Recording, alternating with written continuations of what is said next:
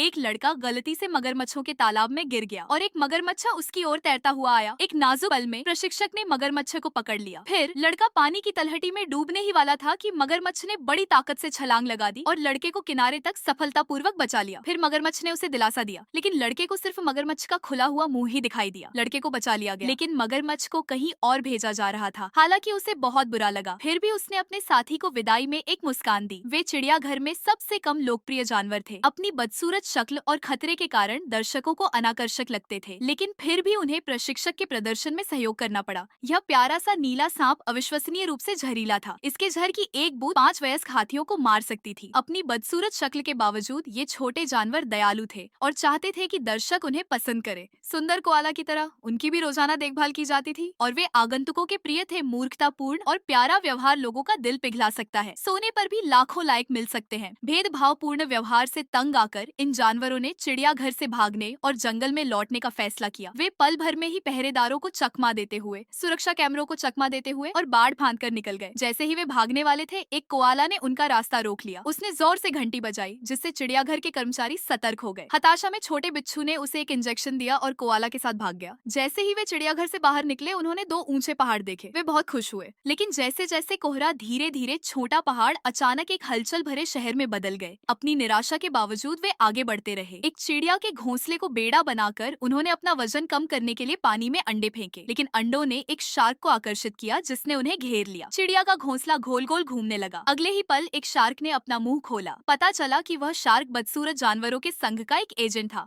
ये संघ अक्सर चिड़ियाघरों से भागे बदसूरत जानवरों की मदद करता है। बदसूरत जानवरों का संघ एक शक्तिशाली संगठन है, जिसके दुनिया भर में कई कार्यालय हैं। संकट के समय बस उनका नारा बोलो और संघ के एजेंटों से सहायता पाओ। शार्क एजेंट फिर उन्हें किनारे ले आया, लेकिन कोआला उनसे नफरत करता था और उनके साथ जंगल में वापस नहीं जाना चाहता था। इसीलिए उसने एक नुकीली छिपकली को कंघी की तरह इस्तेमाल किया, उन्हें बदसूरत कहकर उनका मजाक उड़ाया और फिर शान से चला गया।